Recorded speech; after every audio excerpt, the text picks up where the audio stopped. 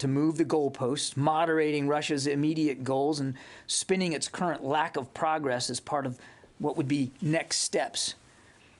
But it's too early to judge what additional actions the Kremlin may take. No amount of spin can mask what the world has witnessed over the past month, and that's the courage and the military prowess of Ukraine's armed forces and its people, which are proving to be more than what Russia bargained for in its unprovoked and unjustified invasion. Now, that prowess is not accidental. We've talked about that a little bit. It's partly a result of the training and the support we and other allies over the last 8 years have been given to the Ukrainian armed forces. The United States, together with our allies and partners, we're going to continue to provide that support going forward to meet their security needs as they bravely stand up to this Russian aggression. I thought it was really important to kind of set the level straight there on that, because I've seen, again, lots of reporting here on these so-called withdrawals. Now, in other news, Balakatan 22 started this week. This is a long-standing annual bilateral military exercise conducted between the U.S. military and the armed forces of the Philippines. It's a key component of our alliance cooperation. The exercise features planning, operations, exchanges, and activities that increase both our nation's military capabilities to provide for the mutual defense of the Philippine archipelago. Exercise activities will occur at multiple locations throughout the Republic of the Philippines and will consist of 3 primary components: a bilateral staff exercise, joint interoperability events, and combined interoperability events, as well as humanitarian and civic assistance efforts. With more than 3,800 members of the Armed Forces of the Philippines and 5,100 U.S. service members, this will be the largest iteration of Balakatan to date. We look forward to a meaningful, productive exercise, and we're grateful for that terrific relationship that we have with the Armed Forces of the Philippines. And then last but not least, today, the final COVID-19 response teams in active duty status who are supporting 59 cities across 30 states completed their mission at the University of Utah Hospital in Salt Lake City. Since the onset of the outbreak, more than 24,000 military members in active duty status have provided support to the whole of government effort. The support included approximately 5,800 military medical providers that supported hospitals and other civilian medical facilities, more than 5,000 military medical personnel administering vaccines at federal community vaccination centers, as well as military personnel who assisted citizens when they were initially repatriated back to the U.S. in the very early days of the outbreak. In January of this year, the department activated more than 1,000 service members in support of the President's direction to mobilize additional military medical personnel. And of those service members, DoD deployed nearly 700 who supported 25 hospitals in 14 states just from January to March. The rest of these military members were on standby throughout that time period, ready to deploy at the request of FEMA if they were required. It's important to note that while the Title X COVID-19 response may have come to a close as of this morning, there are still more than 10,800 National Guard soldiers and airmen supporting COVID-19 response efforts in at least 43 states, territories, and the District of Columbia. And I also want to add that NORTHCOM remains postured as well to deploy more personnel if requested. And of course, the Secretary wants to take this opportunity to pass on his personal gratitude and that of all senior leaders at the department for the extraordinary work that the men and women of this department have done throughout the pandemic, but certainly in just the last few months to work so hard in support of civilian medical practitioners. And with that, we'll take questions. Bob. Thank you, John. On Ukraine, when you say you are seeing small numbers of Russian troops moving, you say they're repositioning. Would that be, by small, do you mean like less than a battalion tactical group? Yeah. I would, this is very early on, Bob, so we don't have a number estimate, but it's certainly not a significant chunk of the multiple battalion tactical groups that Russia has arrayed against Kyiv. So we can confirm that we've seen a small number start to reposition, but I'd really be reticent to get into an exact number or try to put a unit on it. It's not anywhere near a majority of what they have arrayed against Kyiv. And when you say repositioning, can you say, I mean, are they moving like north into Belarus, or are they repositioning for what you described as potentially an offensive somewhere else? I would say at this early stage, we see the movement more northward. But again, it's too early to tell, Bob, what the destination is, what the final purpose is, and where exactly these troops are going to go long term. We assess that it is likely more a repositioning to be used elsewhere in Ukraine. Where exactly, we don't know. I would just note that the Russians themselves have said, in the same breath they're saying they're withdrawing, that they're reprioritizing the Donbass area in eastern Ukraine. So they could move there. Again, that's a question better put to the Russian Ministry of Defense if they'll ever give you a straight answer. But again, they have said themselves that they're reprioritizing that part of Ukraine. Right. Yeah. You mentioned obviously that if they're redeploying, have you seen any signs that Russia's pulled back on actually sending supplies into Ukraine? Or are they still basically continuing their own convoys of moving supplies, fuel, food, anything like that? Or if they stopped doing that, it is just the troops that have basically been Again, very early stages here. They've only just recently, in the last few hours, made this proclamation. So we have seen a small number begin to move away from Kyiv. That's about the most I can give you. I don't have any information on their resupply efforts for troops that are still arrayed against Kyiv. I would remind that the Russians still have a significant majority of their assembled combat power, to include logistics and sustainment capability, available to them inside Ukraine. Yeah. Thank you, John. So just trying to understand something. If you're talking about a small number, do you think just what you're seeing now, or do you think there's going to be more numbers? Because you're saying they might be pulling out these forces to redeploy somewhere else. If they are small numbers, are they going to make any difference if they were redeployed? Is it the beginning of something? It's a great question for Minister Shoigu. I don't know, Fadi. All I can tell you is what we're seeing. We're seeing a small number now that appears to be moving away from Kyiv. This on the same day that the Russians say they're withdrawing. But we're not prepared to call this a retreat or even a withdrawal. We think that what they probably have in mind is a repositioning to prioritize elsewhere. And do they still have enough forces on the ground around Kyiv in case they decided to basically relaunch some kind of attack on the city? Again, I'm not going to predict what the Russian military plan is here. To my answer to Bob, very, very small numbers that we've seen move at this point. They still have the vast majority of the forces that they had assembled around Kyiv are still there.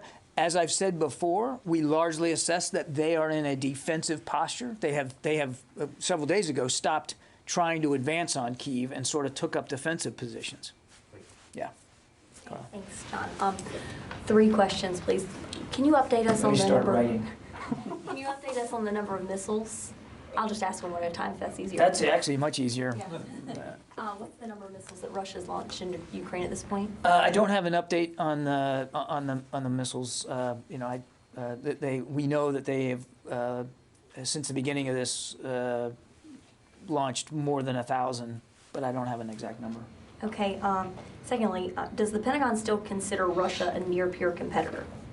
I think you can take away from what we talked about yesterday when we released the budget, and we talk about Russia as an acute threat, and that's how we're looking at Russia right now.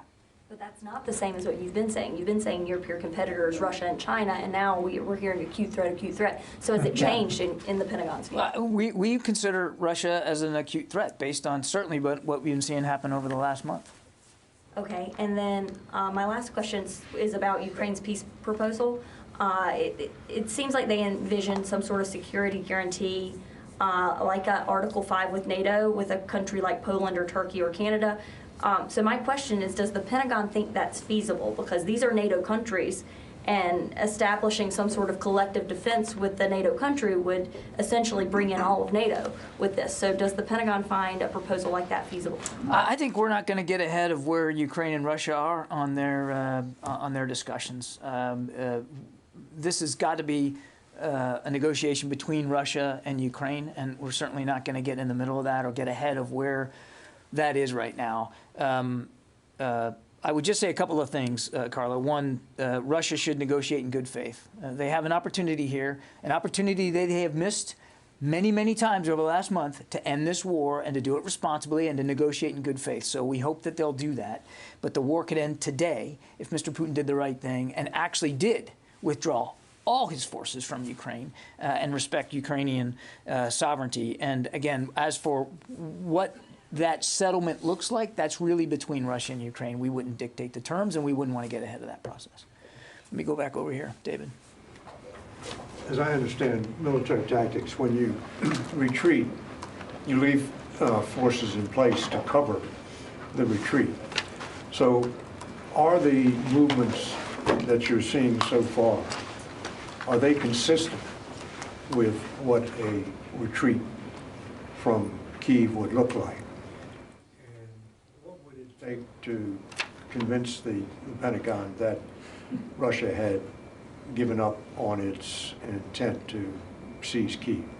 So too soon to tell on the first question, David. Again, this is only hours old here that the Russians made this announcement, and we've only seen very small numbers of troops actually just begin to move away from Kyiv. So way too soon to make a judgment on, covering forces and that kind of thing. I think what would it take for us to believe it? I think I'd go back to my answer to Carla. It would be to see them take all their forces out of Ukraine, move them out, get them back to home station, and negotiate in good faith. It's just too soon to know, based on what they've said today, what their real intent is here. That said, we believe, let me put it another way, that this is really more of a piece of repositioning. And again, we're basing some of that on the clear indications that they are reprioritizing in the Donbass. Yeah. I'm going to take another run at the Go for it. acute threat, Russia being an acute threat. So does that change in language signal a change in Russia's priority level for the department? I mean, in your summary documents, it's listed right after China. Does it still occupy the same priority level, or has it gone up, or has it gone down with this new language? I mean, Russia and the threat posed by Russia has remained a priority here at the department. If you're asking me to rack and stack it like like a baseball card collection, I'm not going to do that. But clearly, we assess Russia to be an acute threat. We've been pretty clear about that. You don't have to look any further than what you've seen them do over the last 30 days to see that we're justified in labeling them such. And again, you said it yourself. It's pretty clear in the points that we've delivered since delivering the budget yesterday, and in our strategy that Russia remains a significant issue for the department. And if I could just follow up on the COVID Title X support and that ending, could you just talk about the conditions that led to that decision, the general conditions that led to the decision to end that? To end the support? I mean, we were doing this in support of FEMA and the interagency effort, so we took our guidance from the need out there by FEMA. Is there a reduction in? Yeah, I mean, there's just the conditions are better in the country, and the need for, remember what we were doing was taking the pressure off civilian practitioners so that they could do the treatment. So most of our medical personnel that were operating in hospitals were not really doing COVID treatment. They were taking the pressure off other burdens. That pressure was appreciated and welcomed, and it has been alleviated, and in concert with discussions with FEMA and civilian health practitioners. We all deemed collectively that now was the right time to pull back that support. But I want to state again, as I said in my opening statement, Northern Command stands ready in case there's more need. I mean, we can flex. We didn't even deploy, as I said, all the troops that we had put on readiness to do this mission. So we could flex up again if needed. I mean, this pandemic, as you well know, is a living thing, and it changes over time. So we're grateful for the ability, we're grateful for the chance that we had to contribute to this, and we'll stand by and stay ready. And again, at the risk of sounding redundant, I want to also point out the fact that you still have, more than 10,000 National Guardsmen that are still at it. They're still at it in the States. Nancy. Thank you. I'd like to go back to the repositioning. Have you seen any territorial losses or newly contested areas around Kiev for Russia since it repositioned its forces? And also, have you seen any change in the amount or type of missile strikes Russia has launched on Kiev in the last few days that you feel would be tied to this repositioning or focused towards the Donbass? We have seen the Ukrainians push back around Kyiv, particularly in suburbs to the west of Kyiv, where the Ukrainians have retaken ground. I don't have a list of the towns, but we have seen them retake some territories to the west of Kyiv. And as you saw, we talked about this not about a week ago, to the east of Kyiv, where the Russians were on the outskirts of Brovary, and the Ukrainians pushed them back to almost more than 50 kilometers away from the city. So we have seen them do that around Kyiv, again, to the west and to the east. I don't have a breakdown of the airstrikes that are happening. I couldn't give you like a number over the course of time. It's just that we do continue to see Kyiv being struck from the air. So the threat to Kyiv is not over. That is, the repositioning of Donbass has not manifested in terms of a market change in the strikes on the capital. Is that again? I can't quantify it, Nancy. Over the course of a day or two, I don't have a count of how many strikes are happening on Kyiv, and we've never given you that because we just don't have it. But we do continue to see strikes on Kyiv. So we're not convinced that the threat to the capital city has been radically diminished here by this proclamation by the Russian Ministry of Defense. Barbara, did you have one? No? Tara? Thanks. Could you give us a sense of if Russian forces are spread evenly throughout Ukraine, or how many battalion tactical groups they kind of concentrated against Kyiv versus the east, and how you've seen that shift? Yeah. Again, as you know, I've been very careful not to lay out Russian operations. It's not prudent for me to do it, and we don't have exact details of where every battalion tactical group is. So I couldn't tell you how many troops are arrayed against Kyiv versus Kharkiv and Chernihiv and certainly in the Donbass. What I can tell you is that the vast majority of the assembled force that we saw against Kyiv is still there. We've only seen a small number begin to move away from Kyiv, mostly to the north. We'll watch this over the course of the coming days, and to the degree we can describe for you what we're seeing, we'll do that. We have seen, even before the Russians said that they were going to prioritize the Donbass and the east, we saw them begin to pick up the pace there. More aggressive operations, more active campaigning against towns and villages in the Donbass. That continues today. But look, I mean, the Donbass has been a hot war for the last 8 years, and we definitely have seen the intensity pick up. And again, where that goes, we don't know. We've also seen the Ukrainians be just as active in the Donbass and trying to push back on the Russians there. Can you give us a sense of, did they put the bulk of their forces against Kyiv, or did they? Again, I don't want to give you a breakdown here. We have been talking now for a month about sort of three main axes of approach by the Russians, right? North and northeast, Kyiv, Chernihiv, and Kharkiv. All really, that whole northern grouping was really designed against the capital city. The effort to cut off Kyiv. Then the east in the Donbass, which again has been in hot war now for 8 years, and the Russians poured more resources in there. And then in the south. And in the south, as we've been talking about, coming out of Crimea, they basically split to the northwest and to the northeast. To the northeast against Mariupol, which obviously there's a lot of heavy fighting still going on there. You guys have seen that for yourselves. And then to the northwest out of Crimea up to Kherson, and then what we saw was an attempt to take the town of Mykolaiv, which they have not been able to do. And as I think we've talked about in recent days, you've seen that the Ukrainians are actually scrapping it out for Kherson as well. So those were the three main groupings and three main lines of effort. They, up until recently, we had still assessed that was their plan was as I said in my opening statement, to occupy and annex Ukraine using approaches on those 3 lines of effort. Again, now we think that they're going to prioritize the east. They have been stalled in the north. And the progress in the early days they had made in the south, they had made progress. Now that's stalled out. And we see them prioritizing the east. But I couldn't quantify that for you, Tara. I don't have their order of battle on that level of detail. Let me go to someone on the phone. I haven't done that yet. Let's see, Courtney.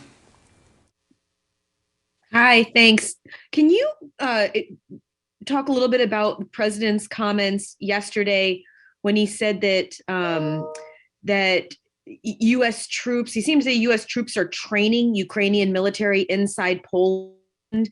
What kind of training are they providing, and how long has that been going on? Yeah, Courtney, I think General Walters dealt with this pretty well at his hearing this morning in front of the Senate Armed Services Committee. There is, there's some liaising going on as the Ukrainians go into Poland, for instance, and they are we're transposing shipments of material to them, and so there's some general liaising going on in that regard, and that's what the president was referring to. Janie. Thank you, Don.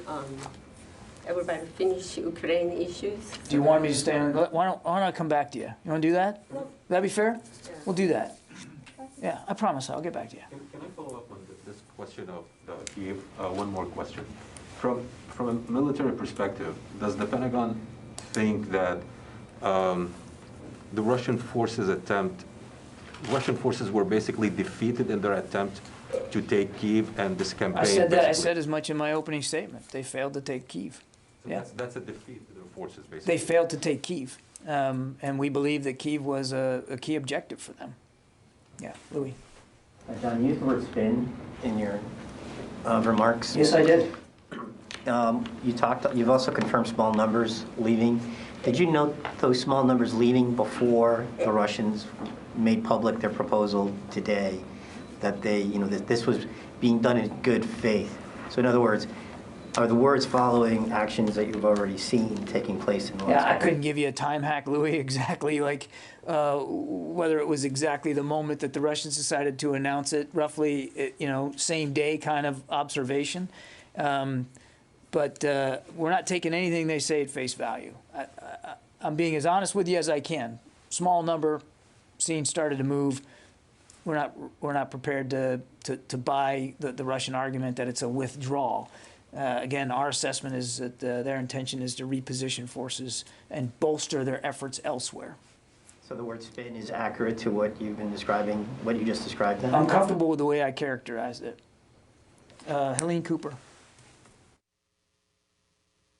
Hey, thanks, Kirby. I want to take another whack at, because I feel like you're describing, it sounds like you are describing, it's been 5 weeks, almost 5 weeks now, and it sounds very much like you are describing a failed military campaign. Would you go that far, or is that too much? I mean, what we're seeing now, is this a failure is it a failed military campaign?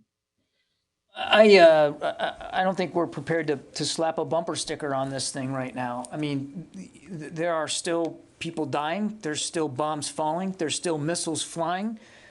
And there's still give and take on the battlefield. So I don't think we're ready to call it one way or another here. What I would tell you is, as I said in my opening statement, they failed to take Kyiv, which we believe was a key objective. I mean, and again, you just have to look at what they tried to do in those early days to see that they wanted Kyiv. They didn't get it. In the last few days, they hunkered down into defensive positions, basically stopped advancing. And now they're saying, and we're seeing small numbers move away. So we'll see where this goes. But step back, they also, failed to really take and hold any major population centers. They haven't taken Kharkiv. They haven't taken Chernihiv. They haven't taken Mariupol. And while we assess they took Kherson, that's back in play right now. So if you count maybe Berdansk on the Azov coast, even that is contested. I mean, you saw the Ukrainians basically sank one of their amphibious ships in the port there of Berdansk. So not only did they not manage to take Kyiv, they've not managed to take any population centers, and the Ukrainians have been fighting back very hard. So it's hard to see how they are succeeding in any one place, except at the death and destruction they're causing to these population centers and to the civilian population. I mean, and that's something we can't lose sight of. Megan. So about 14,000 troops you guys have committed to sending to Europe in one way or another, either for NATO or to individual countries. And there's a few thousand left over from who's actually been sent, who you've announced that you're going to send.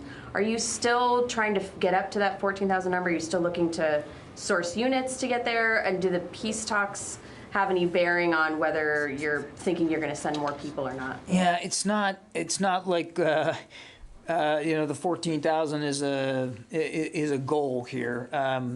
The secretary wanted as many options available to him and to the president, and so we put someone prepared to deploy, and we sent someone forward.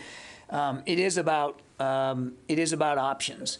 It's not about a number goal. It's about capabilities and making sure that we've got the right capabilities. So we're constantly reviewing that. And not that you asked this, but as a matter of fact, I can let you know that that you've all been tracking a Marine Corps exercise, Cold Response, up in Norway. So I can tell you that a command and control unit from Marine Air Control Group 28, which is based at Cherry Point, has now been repositioned to Lithuania. That's about 200 people. So they finished the exercise. They're in Lithuania now. And about 10 Marine Corps F-18 Hornets from Beaufort, South Carolina, and a couple of Marine Corps C-130s are now going to be repositioned to Eastern Europe. I don't have an exact destination right now, but they're going to be repositioned, and that's another 200 personnel. So, I mean, we're trying to stay flexible here. Just yesterday we talked about some growlers coming out of Whidbey Island. It's not about a number goal. It's really about capabilities, and it's based on constant conversations with our NATO allies on the eastern flank. Are those Marines NATO response force committed, or are they just individual? Right now, these are individual decisions based on available capability that we had and in talking to our NATO allies. I don't, as you probably saw in the NATO summit, I mean, they announced another 4 battle groups, and I think the nations are still filling those out. I think we're leading the one in Poland. Other nations like France, I think, is leading Romania, so they're still filling some of these out. Yeah, yeah. Okay, you've been patient. Yeah. We'll go. Yeah. I have a application. Go ahead. I just be patient. Go I ahead. have an application about the North Korean's ICBM launch. When North Korea launched new ICBM last week, there is a report that the Pentagon refused the South Korea request to respond immediately to North Korea. Why did Pentagon, along with South Korea, refuse to fire an immediate response to? Why did we refuse to fire an immediate response to this?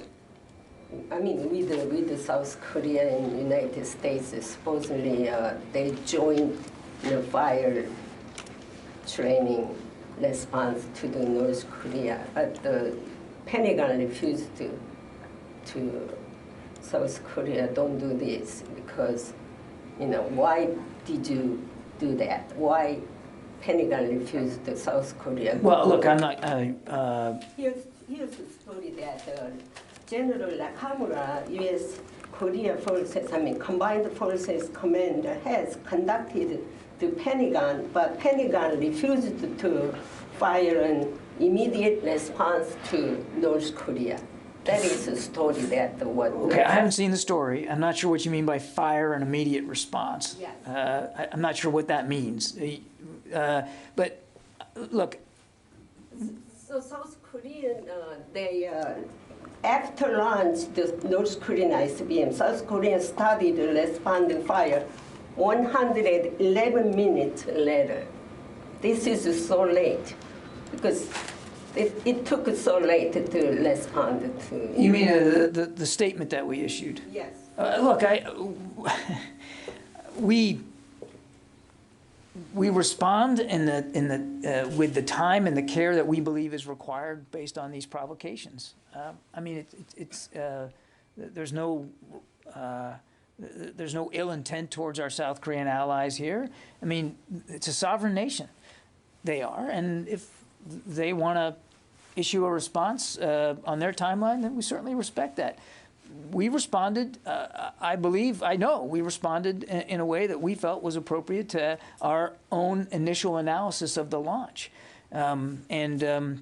Look, let's not get hung up on who's issuing a statement first or whether it's together or whether we say the right things. I mean, let's focus on the real issue here, which is security on the Korean Peninsula, and the fact that the alliance is still really strong, that fact that we constantly consult with our South Korean allies about readiness on the peninsula, and that we did make a statement. We did note it. And, oh, by the way, in recent weeks, we've actually changed the way we're doing ISR there in and around the peninsula because of recent provocations by the North. Okay, I have another one. Of course. There's U.S. and South Korea are analyzing North Korea ICBM as a Hwasong 15, but North Korea claims it is a Hwasong 17, 2 steps up. Do you know why this information is so different between North Korea and United States? I would just tell you that we assessed that launch was a probable ICBM, and we continue to analyze the test in close coordination with our allies and partners, to include the South Koreans. I don't have an update for you beyond that. Can I follow up on North Korea for just 1 second? Sure. So, I know you, the administration often has its constructed answers about the North Korean missile threat, and so I understand that fully. But beyond those constructed answers, is there anything you can tell us about your concerns about the most recent missile test, given the distance and altitude that the North Koreans achieved?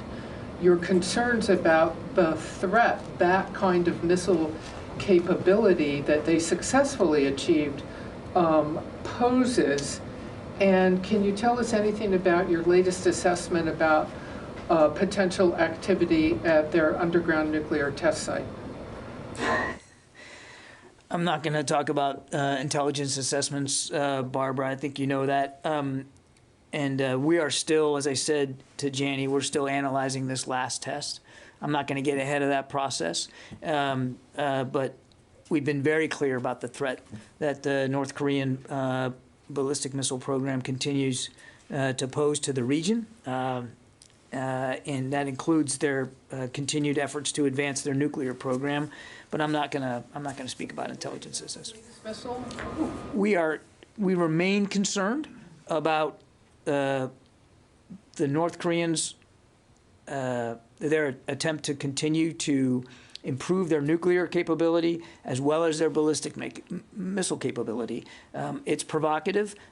It poses a threat to security on the peninsula and to the region, to our allies and partners. So if you're asking me, are we concerned about it? Absolutely we are. Yeah. I hate to follow up one more time, but you just said concerned about their efforts to improve their nuclear capabilities. So because every time you test, you learn. Every time you test, you learn. Okay, but you said improve their nuclear capability. That's different than a missile. It is. So are you seeing them work right now? Are you saying you're seeing them work right now towards improving I'm not speaking to press reports that I've seen out there about potential future tests. But we know that this is a program that they want to improve. And so, of course, we're concerned about efforts to do that. Last week, Secretary Austin and South Korean Defense Secretary, so they have a telephone conversation. So do you know what particular talking about North Koreans missile launch or the further next month trying to nuclear test? Again, I'm not going to get into intelligence assessments about specifics on the North Korean program. We read that call out. I'm not going to go beyond that readout. Let me go to Idris from Reuters. Hey, John. Just following up on Courtney's question about the liaising with Ukrainian forces when the handover of weapons happens. Could you sort of define what liaising means? Is it sort of a pat on the back saying go get them, or is it more of a this is how you use these weapons? Could you sort of define that? Idris, I mean, it's just general. It's general liaison with them as these shipments are handed over. I don't have exact details of every conversation that's had or what that looks like, but of course there are interactions as these Ukrainian soldiers take possession of some of this gear and this kit, and I really don't have more detail than that. Alex Horton, Washington Post.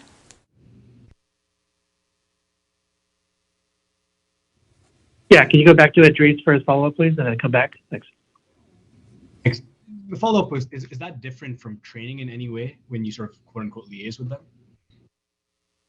It's not training in the classic sense that many people think of training. It's I would just say it's liaising.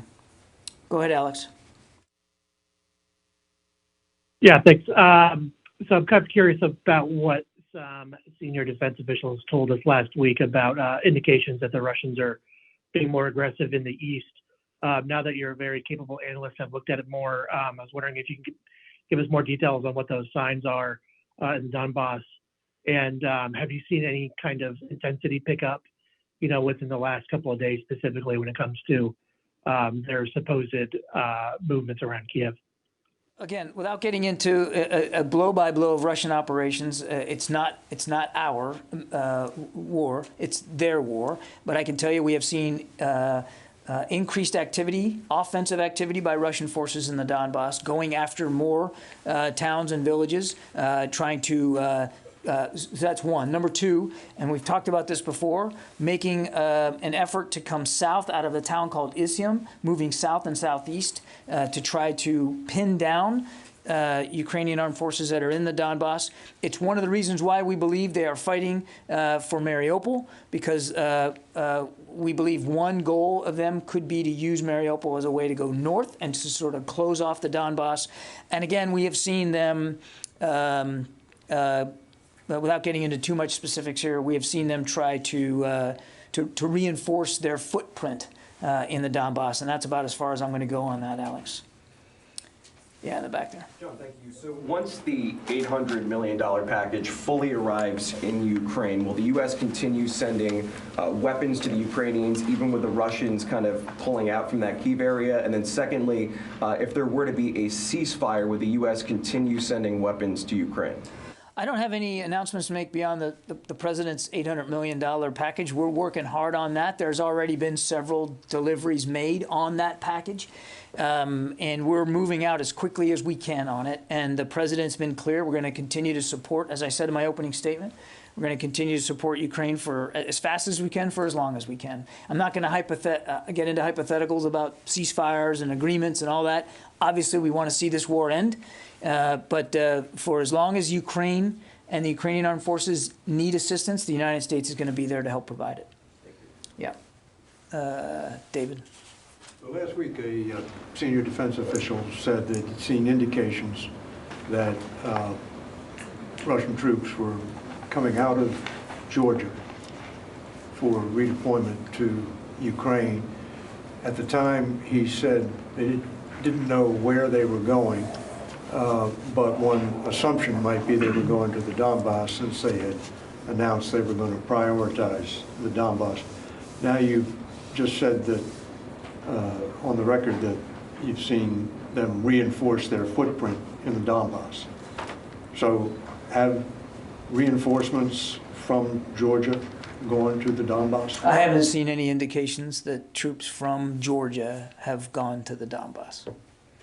Jeff Shogel. Thank you. This may sound like a smart aleck question, but I assure you it's not. When the Defense Department describes Russia as an acute threat, what does that mean? I'm having a hard time explaining it to my readers. I would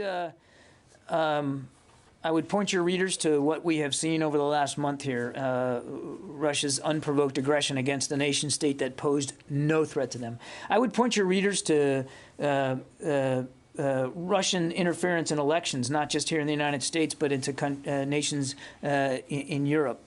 I would point to Russian activities in Syria to prop up the Assad regime and to continue the bloodshed in that country. I could go on and on. The actions of Mr. Putin and the Kremlin and Russian forces speak for themselves. And it would have been irresponsible for us not to address the Russia problem and the Russia threat in our national defense strategy, or even as we rolled out the budget and talked about some of the capabilities that we want to procure and maintain to deal with that acute threat. I'll take one more. Yep. I guess we're good. Go ahead. So, following along with what David was asking, British intelligence has said Russia's Wagner Group is deployed to eastern Ukraine, is expected to send over 1,000 mercenaries for combat operations. Have you guys seen the same thing? Can you confirm that? I won't get into specific intelligence assessments, Carla. But I'll go so far as to say that we certainly have seen indications that the Russians are leaning on private military contractors to bolster their efforts in Ukraine. I think I just leave it at that. Okay, thanks everybody. Appreciate it. That's that for today.